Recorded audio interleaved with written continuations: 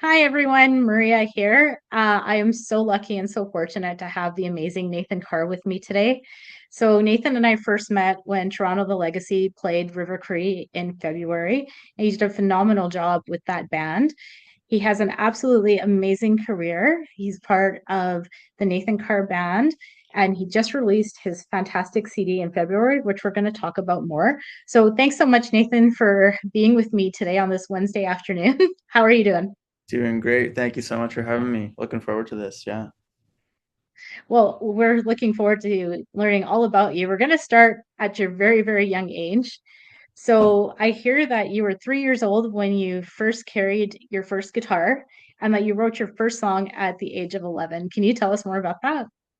Yeah, so when I was young, like you said, three, I had a little like toy. It had real strings on it, but it was a small like kid's guitar. And I used to stand in front of the TV and actually watch Keith Urban. So he was like one of my first like influences. And they used to just put on the live, my parents put on the live concert.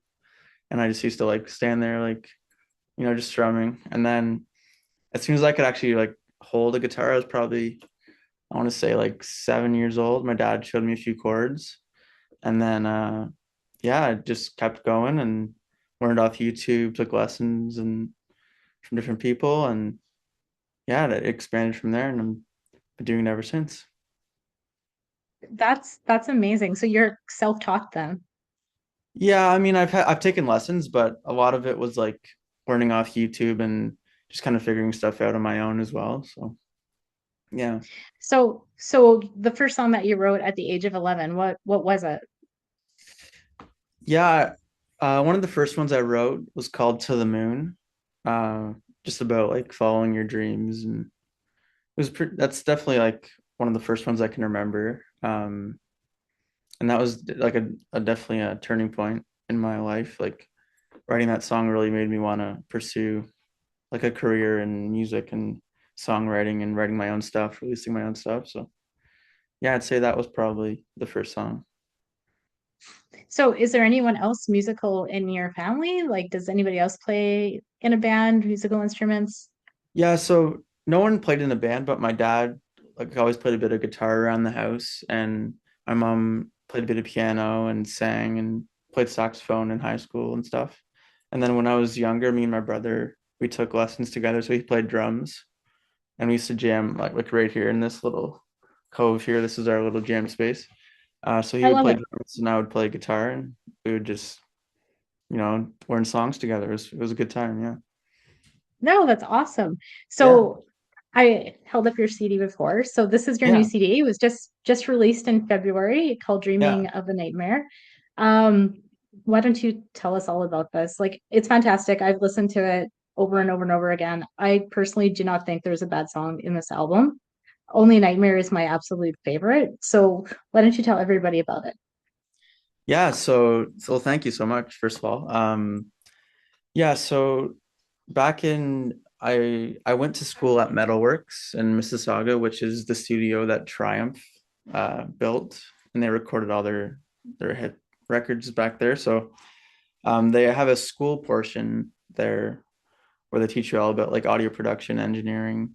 So after high school, I went there and learned all about that. And so I was living out there in Mississauga at the time, and I would often just write new music. I was inspired while I was going there, so I just wrote tunes while I lived there in my apartment, and would just stay up late, like doing demos.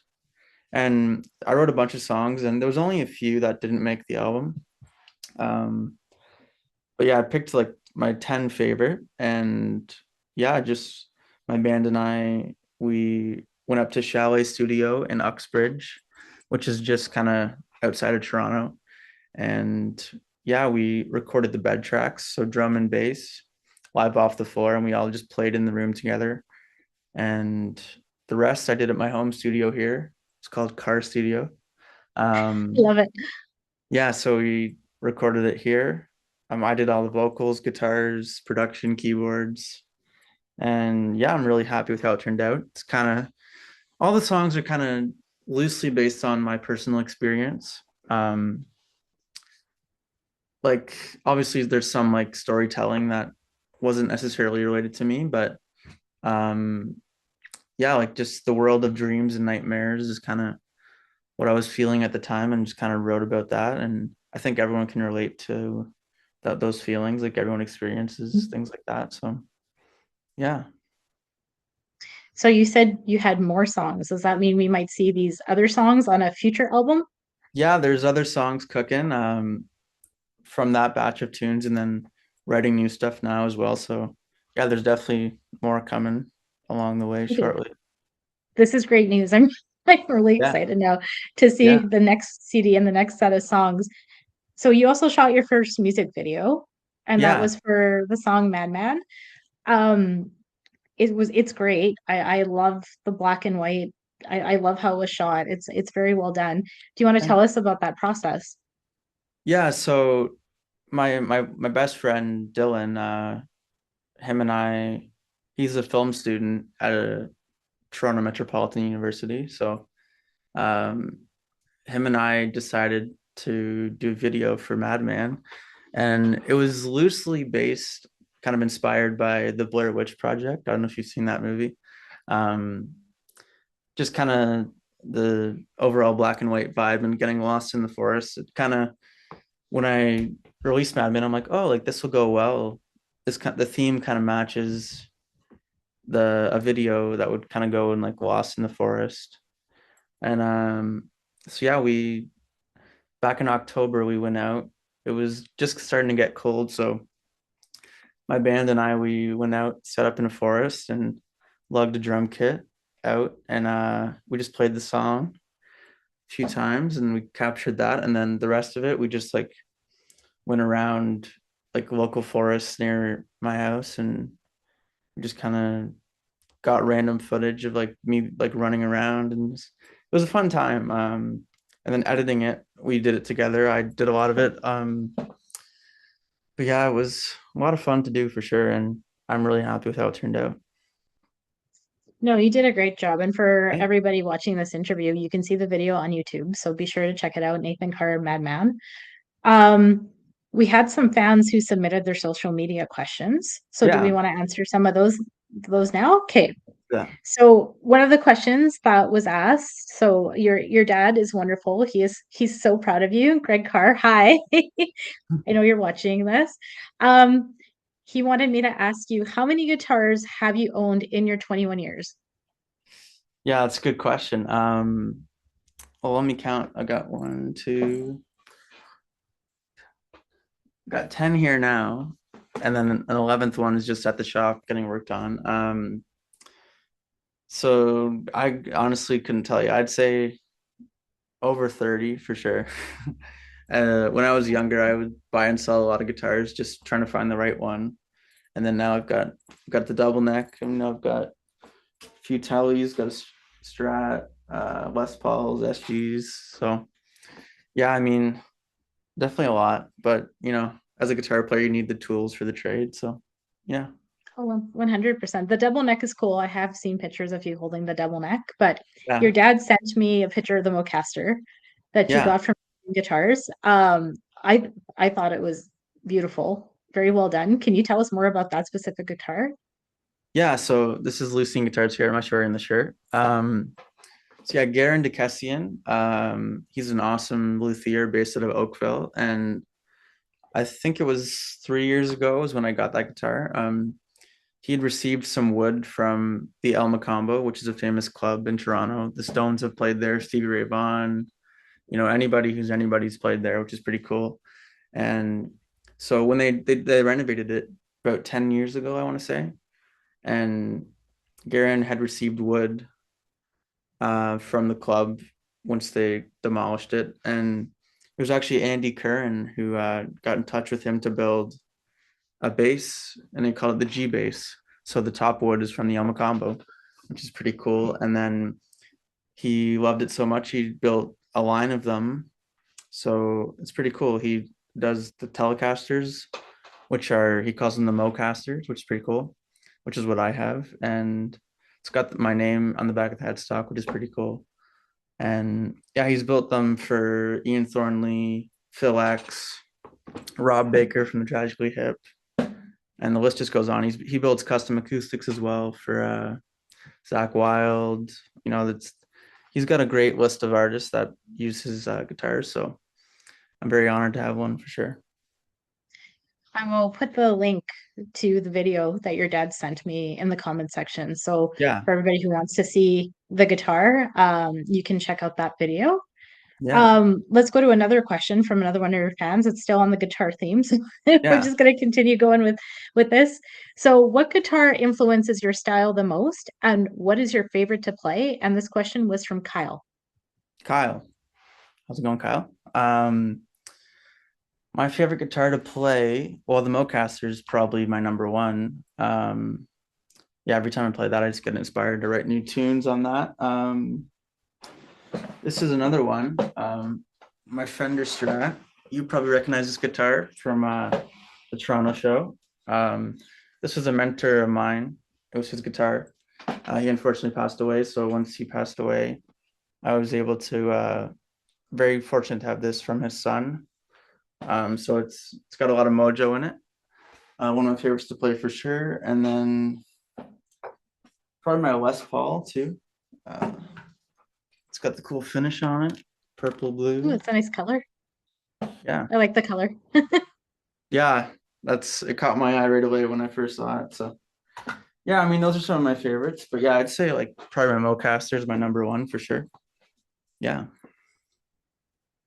No, that's awesome. They're all beautiful, beautiful thank you. guitars.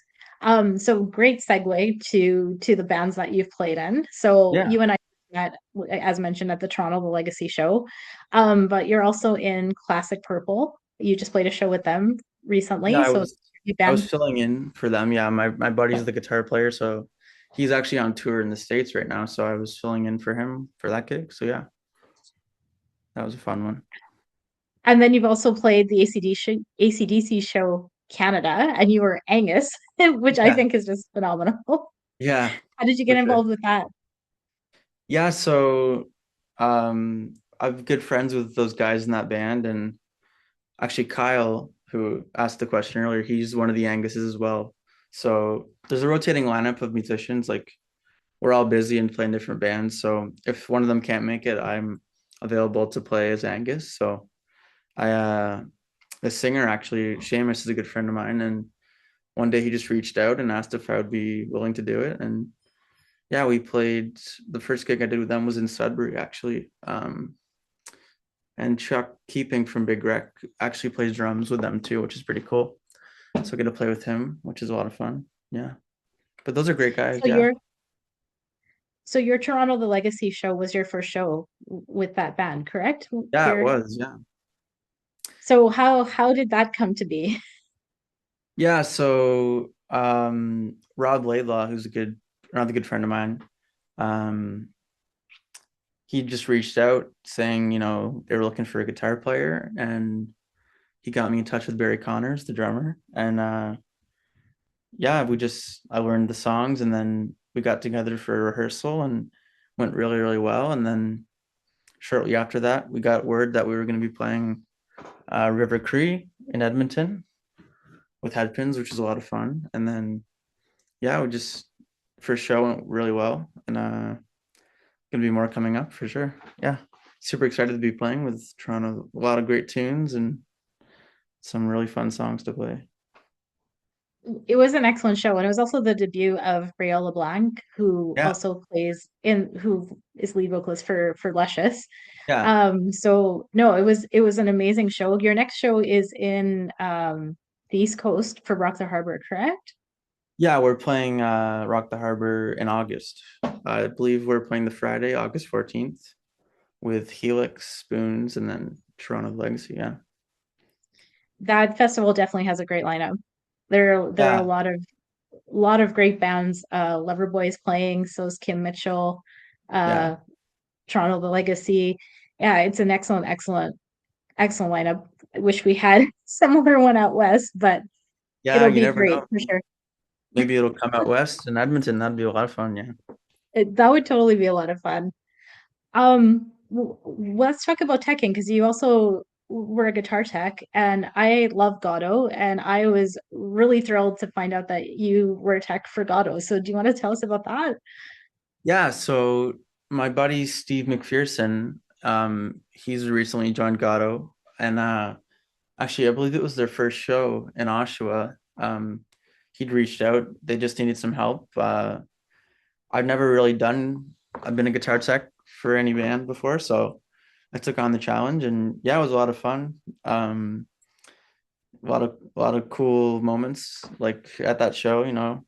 Greg's a great guy, and become good friends with Greg since then. And that actually turned into another opportunity. I got to guitar tech for Coney Hatch as well. Very Um, cool. with Sean Cowley and Andy Curran and Carl Mhm. Dixon. Those guys are great too. So yeah, I mean, guitar teching's fun. It's like you get kind of be on your toes, you know, keep an eye out for any mishaps that'll happen on stage. So yeah, It's always interesting being in the audience and watching the guitar techs because it seems like a lot of fun, but yet very stressful because you're flying in and off the stage and you got to make sure it's the right guitar. And yeah, does it no, really feel that frantic when you're in that job? yeah. I mean, thankfully, I didn't really. There wasn't any like terrible things that happened while I was teching. So I mean, it was definitely a little bit stressful at first, but once like they played their first few songs, you're chilling, but you just got to be aware of everything that's going on. Keep your eyes on the guys for sure. Excellent. So let's go to a couple more fan questions. Yeah, So this question is from someone on social media that identified themselves as CA. So CA wants to know what your favorite concert to perform in was in 2025. it's a good question. I believe they're from, so actually with the AC/DC band, I believe that person that asked that question, we played in their town. That was definitely a highlight. It was in was it Alberta? No, Manitoba. It was just north of Winnipeg actually. We flew in, and that was a fun show for sure. Um, Trying to think of other highlights. Yeah, for now I'll just say that one. Yeah, in Manitoba, that was a fun one. The AC/DC show And Canada. for 2026, I'm going to assume your CD release was probably the Yeah, highlight so far. yeah. So we just played the Alma combo for the album release. Pretty much sold out the place, which was really really exciting night for us. And yeah, that's probably going to be a highlight for a long time. It's going to be hard to top No, that one. yeah, absolutely. I mean, your first CD and your first CD release, that'll be a special memory for the rest of your life. Yeah. Totally, yeah, for sure. So Diane wanted to know who or what band was your biggest inspiration?